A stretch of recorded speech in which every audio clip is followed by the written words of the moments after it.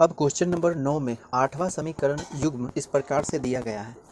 इसमें सबसे पहला समीकरण है 2x प्लस 3y बराबर में है 12, यानी 2x प्लस 3y बराबर में है 12।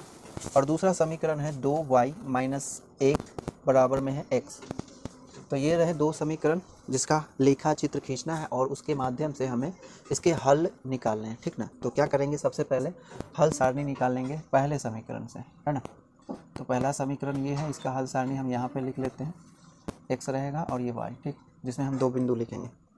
तो समीकरण 1 से समीकरण 1 से समीकरण 1 क्या है, समीकरण 1 है 2x प्लस 3y बराबर में है 12, ठीक। तो लिखेंगे माना, या जब माना x बराबर 0, तो जब x बराबर 0 होगा तो 2 दूने 0 प्लस 3y बराबर में हो जाएगा 12। 3y क्योंकि ये 0 हो जाएगा, बराबर में बचेगा 12 और 4 तिया 12, है ना। इसलिए y का वैल्यू कितना आ जाएगा, 4 आ जाएगा। जब हम x बराबर 0 माने हैं तो y कितना है, उसके संदर्भ में 4 आता है, ठीक ना। पुनः माना y बराबर कितना है 0, ठीक। जब y बराबर 0 रखेंगे तो क्या हो जाएगा, 2x लिखेंगे तो 2 प्लस 3 इंटू 0 बराबर में हो जाएगा 12, या 2x बराबर में हो गया 12। तो 6 दूना कितना हो जाएगा, 6 दूना 12 हो गया, है ना।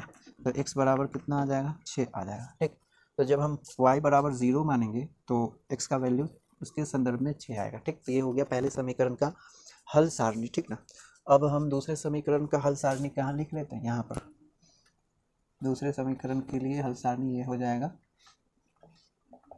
ये होगा x के लिए और ये y के लिए, ठीक ना। तो थोड़ा सेपरेट कर लेते हैं यहाँ से ऐसे, ठीक ना। तो लिखेंगे समीकरण 2 से, ठीक ना। समीकरण 2 कितना है, 2y माइनस 1 बराबर में है x, है ना। तो लिखेंगे माना, पहले माना कितना, x बराबर कितना मान लेंगे 0, ठीक ना। तो y कितना हो जाएगा, रखते हैं, तो 2y माइनस 1 बराबर में हो जाएगा 0, क्योंकि x बराबर में है ना। या 2y बराबर में 1 उस पक्ष में जाएगा, प्लस हो जाएगा, इसीलिए y कितना हो जाएगा, y हो जाएगा 1/2, ठीक है। तो जब हम x का वैल्यू कितना मानते हैं 0, तो उसके संदर्भ में y कितना आ रहा है, 1/2 आ जा रहा, ठीक है। तो 1/2 हो गया। फिर लिखेंगे पुनः माना y बराबर 0 है, ठीक ना। जब y बराबर 0 मानेंगे तो कितना हो जाएगा, 2 इंटू 0 माइनस 1 बराबर में कितना, x हो गया। या तो ये तो 0 हो गया ना, इसलिए इसका अस्तित्व खत्म। तो क्या बचा, या इतना -1 बराबर x, ठीक ना। तो x बराबर कितना मिल रहा है, -1, ठीक। तो जब हम y बराबर 0 लेंगे तो उसके संदर्भ में x कितना आएगा, माइनस में आएगा, वो भी 1, ठीक ना। तो इस प्रकार से दूसरे समीकरण का भी हल सारणी प्राप्त हो गया, है ना। तो इस प्रकार से एक्सिस को ड्रॉ कर सकते हैं। ये रहा एक्सिस का मूल बिंदु, ठीक ना। तो सबसे पहले हल सारणी को देखते हैं। ये है पहले समीकरण का हल सारणी। इसमें पहला हल युग्म ये रहा, कितना है 0 और 4, यानी x बराबर है 0 और y बराबर है 4, ठीक ना। तो x का वैल्यू हमें हॉरिजॉन्टल पे मिलेगा, है ना, 0 है इसीलिए, और y कितना है 4 है, तो वर्टिकल पे वो भी पॉजिटिव। तो 1 2 3 4, तो ये रहा 4, ठीक ना। तो एक बिंदु हो जाएगा, ये हो गया 0,4, ठीक। और दूसरा पॉइंट ये रहा, यानी दूसरा हल युग्म ये है, x बराबर है 6, तो गिनेंगे 1 2 3 4 5 6, तो ये रहा 6, है ना। मैंने लेवल मैक्सिमम 6 लिया है, ठीक ना, आप उससे ज़्यादा ले सकते हैं। तो ये बिंदु हो गया, और इसके निर्देश कहाँ मिलेंगे, y पर, y बराबर 0 पर, तो 0 कहाँ है, यहाँ, इसलिए यही पॉइंट हो गया, ठीक। तो इस पॉइंट को हम कहेंगे कितना, 6,0, ठीक ना। अब इसे मिला लेते हैं इस तरीके से।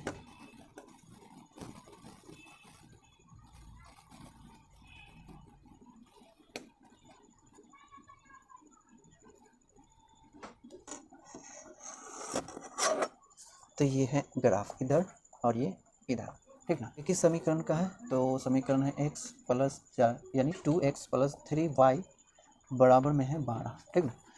तो ये पहले समीकरण का ग्राफ हुआ। अब दूसरे समीकरण का हल सारणी ये है। इसमें पहला पॉइंट कितना है, पहला पॉइंट है x बराबर 0 और y बराबर है 1/2, है ना।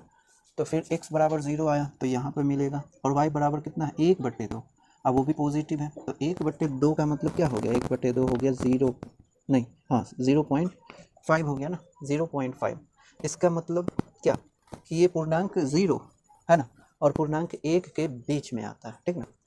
1/2 का मतलब क्या हो गया कि यहाँ से यहाँ तक 1 है, और उसका आधा, तो उसका आधा तो इन दोनों के बीच आएगा ना, पूर्णांक 0 है ना और पूर्णांक 1 के बीचों बीच, तो यहाँ पर, ठीक। अब ये पॉइंट जो है ये रहा एक पॉइंट, ठीक। अब ये जो पॉइंट है ये क्या है, छोटा सा पॉइंट है, इसीलिए हम क्या करेंगे कि इसे ए से सूचित करेंगे, ए पॉइंट ए, और ए बराबर यहाँ पर ऐसे लिख सकते हैं, इसे ऐसे भी लिख सकते हैं, कितना ये है x बराबर देखो 0 है और y बराबर 1/2, ऐसे लिख सकते हैं, ठीक। इस पॉइंट को, ये वाला पॉइंट है, ये वाला। और दूसरा ये रहा, क्या है x बराबर -1, तो -1 यहाँ मिलेगा, ये रहा, ये रहा, और y बराबर 0, तो ये पॉइंट हो गया। अब ये भी पॉइंट छोटा सा है, अब क्या करते हैं पहले आलेख खींच लेते हैं दोनों पॉइंट को मिला करके, उसके बाद इस पॉइंट को लिख देंगे। चलिए खींचते हैं, तो ये रहा, ये रहा, है ना, ऐसे खींचेंगे ताकि ये मिल जाए यहाँ और यहाँ, है ना। थोड़ा सा ऊपर खींचा के लेते हैं, अब देखें, हाँ ओह थोड़ा सा ऊपर भाग गया, कोई बात नहीं, आप ग्राफ के पेपर पे खींच लेना ढंग से, ठीक ना। ये थोड़ा पॉइंट से ऊपर लग रहा है, कोई बात नहीं। तो ये गया एक ग्राफ इसका और एक ये ग्राफ, ठीक ना।